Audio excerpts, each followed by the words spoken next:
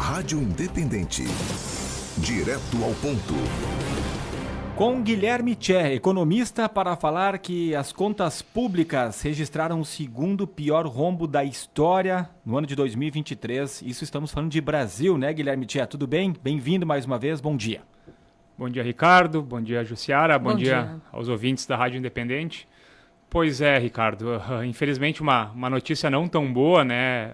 O governo federal divulgou ontem os dados dos resultados, né? O resultado primário de 2023, e a gente registrou um rombo de 230 bilhões, né? A gente está falando de 2% de tudo que o país produz, tá? Um rombo considerável, o segundo maior da história, só foi superado em 2020, no ano da pandemia, tá? E basicamente, assim, para quem está em casa até entender o que é esse rombo, o que isso significa, né? O governo federal, na verdade, gastou mais do que arrecadou, 230 bilhões de reais. O que isso... 230 bi, é bom a gente reforçar, 230 bilhões, né? O que isso... O que acontece, né? Um governo que gasta mais do que arrecada acaba se endividando. Então, a dívida pública do Brasil, que hoje, que já é grande, tá? Considerado um país como o Brasil, hoje a gente fala em mais de 70% do PIB, é a nossa dívida, é o que a gente deve, ela vai aumentar ainda mais. Ela já vem numa crescente nos últimos anos, desde 2015, né? E, infelizmente, esse desencontro fiscal, ele só piora a nossa situação. É importante frisar, tá? O resultado é de 2023, mas também ele é fruto muito das escolhas de 2022. Então, o governo Lula tem a sua parcela de culpa, tem sim, mas o governo Bolsonaro também, em 2021 e 2022, tomou medidas contrárias à responsabilidade fiscal, de aumento de gastos, que acabaram impactando esse resultado em 2023. Como tem essa politização, dá para dizer que dá para dividir essa culpa ou tem alguém que é mais culpado? Eu acho que sim, acho que dá para dividir meio a meio essa culpa, né? Só que o que é importante até quem está em casa entender, né? Muitas vezes as decisões que um governo toma hoje vai gerar reflexo nos anos seguintes. A gente viu isso ali atrás, em 2014, 2015, naquela grande crise ali causada pelo governo petista, que foram escolhas de anos anteriores, tá? A gente vinha falando do risco de uma crise desde 2010, 2011, a coisa não acontecia, até que chegou um ponto lá em 2014 e a bomba explodiu. Isso serve de alerta, né? Deveria servir de alerta e de lição para o que a gente está vendo agora. O governo Lula ele vem fazendo escolhas perigosas, escolhas que terão um custo ali na frente, e se a gente não conseguir controlar isto e ter mais responsabilidade fiscal, com certeza essa situação de desequilíbrio fiscal não vai ser solucionada. A previsão era já que se equalizasse o déficit neste ano. Já não se trabalha muito com esse cenário de se gastar a mesma coisa que se arrecada. E a tendência é que, se não se reverter essas medidas, a coisa piore nos próximos anos, e aí a gente está armando uma bomba que pode explodir ali na frente. Então, é preciso cuidado, é preciso responsabilidade fiscal. O governo federal e a própria Câmara dos Deputados, né, o governo federal ele não governa sozinho, é preciso ter isso em mente para evitar repetir os erros do passado. Guilherme, esse valor, esse rombo, na verdade, ele era esperado ou ele veio como uma surpresa? O orçamento ele previa inicialmente um rombo um pouquinho menor, tá? Mas o ministro da Fazenda, Fernando Haddad, falava em um rombo em cerca de 100 bilhões, tá? Menos da metade do que acabou acontecendo. É verdade que cerca de 90 bilhões desse rombo são precatórios, que são decisões judiciais, né, que o governo perdeu e que não pode mais recorrer judicialmente, que entraram no orçamento para pagamento agora, inclusive o pagamento vem ocorrendo a partir agora de janeiro, tá? Mas isso era uma conta de vários anos que foi uma escolha do próprio governo pagar neste momento.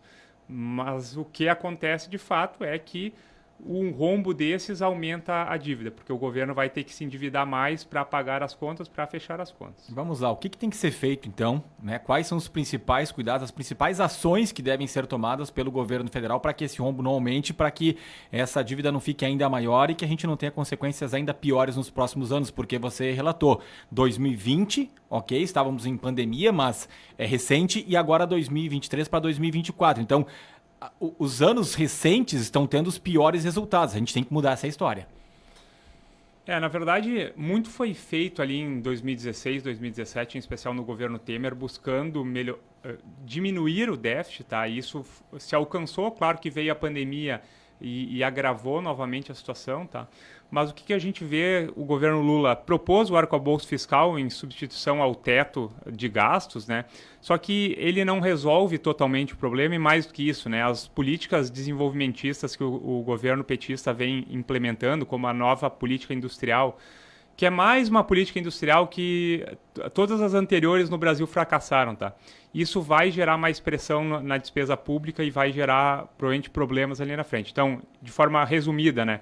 O que o governo tem que fazer? Primeiro, eu acho que aumento de impostos ninguém aguenta mais, tá? O ajuste tem que ser pela despesa, não pela receita. Então, o governo tem que cortar na própria pele, tem que fazer os ajustes necessários para gastar menos, para daí sim equilibrar as contas públicas. E num ano eleitoral, isso piora ou esse quadro tende a estabilizar? Como é que é a tua visão sobre isso? A tendência é de piorar, né? A gente sabe que ano eleitoral, infelizmente, a gente tem de 2 em 2 anos. A gente poderia unificar as eleições municipais e federais, tudo para ser uma eleição a cada 4 anos. Em anos eleitorais, a pressão por mais despesa pública sempre aumenta, tá? Então, o cenário que talvez já é preocupante hoje pode se agravar. E é importante que a sociedade esteja vigilante e cobre, independente do governo, né? Como o Ricardo bem colocou, não é uma questão de polarização a Bolsonaro ou Lula. Responsabilidade fiscal não tem bandeira, não deveria ter bandeira, não deveria ter quadro ideológico. A gente pega outros países, eu cito a Inglaterra como um bom exemplo, que teve um governo trabalhista do Tony Blair, depois da Margaret Thatcher, que adotou a responsabilidade fiscal como, vamos dizer, uma regra de país, de nação mesmo, e adotou isso e felizmente conseguiu equilibrar suas contas e manter elas em dia. Eu só fiquei com dúvida e até me causou surpresa que 70% do nosso PIB vem da nossa dívida. Explica um pouco melhor isso. Não, na verdade, a nossa dívida hoje, a dívida pública brasileira, ela corresponde... Eu estou sem o dado exato, tá? Mas é em torno de entre 70% e 80% do PIB, tá? Então, hoje o Brasil deve 70% do que produz durante um ano, né? Então, teria que pegar 70% da produção de um ano para pagar essa dívida, né? Seria mais ou menos assim, uma pessoa que ganha 20 mil reais ao ano, tá? Ela tem um endividamento de 70% desses 20 mil reais. 14 mil. Isso, 14 mil reais. Só que, claro, a gente está falando de um país aí que o PIB gira na casa dos trilhões de reais, né? Então a nossa dívida pública ela supera alguns trilhões de reais, né? E quando a gente compara com outros países, claro, os Estados Unidos, por exemplo, é um país que deve mais do que produz, por exemplo, tá? Mas o Brasil, os países em desenvolvimento costumam ter uma dívida menor porque o custo, né? Quanto mais tu te endivida, mais caro é os juros e isso gera um reflexo na economia. Tá bom. Guilherme, muito obrigado pela tua participação. Uma ótima semana. Muito obrigado e uma boa semana a todos. Só abrindo um parênteses antes do Guilherme sair, o Rogério Vitorazzi, ele diz assim, onde o Guilherme coloca a mão, só vamos para frente. Ele sabe o que ele faz. Parabéns. Está deixando um recadinho aqui. Tá bom, tá com moral aí com a nossa audiência. O Guilherme Tchê, ele que é economista e que participa conosco aqui nessa terça-feira em nome de Heineken Tecnologia em Higienização. Produtos desenvolvidos para atender às necessidades de limpeza e sanitização da sua indústria. Contamos com equipe técnica e realização de treinamento adequado para os seus colaboradores. Saiba mais em heineken.com.br ou acesse nossas redes sociais @Heineken Química. Heineken Tecnologia em Higienização com fábrica instalada na cidade de Teutônia.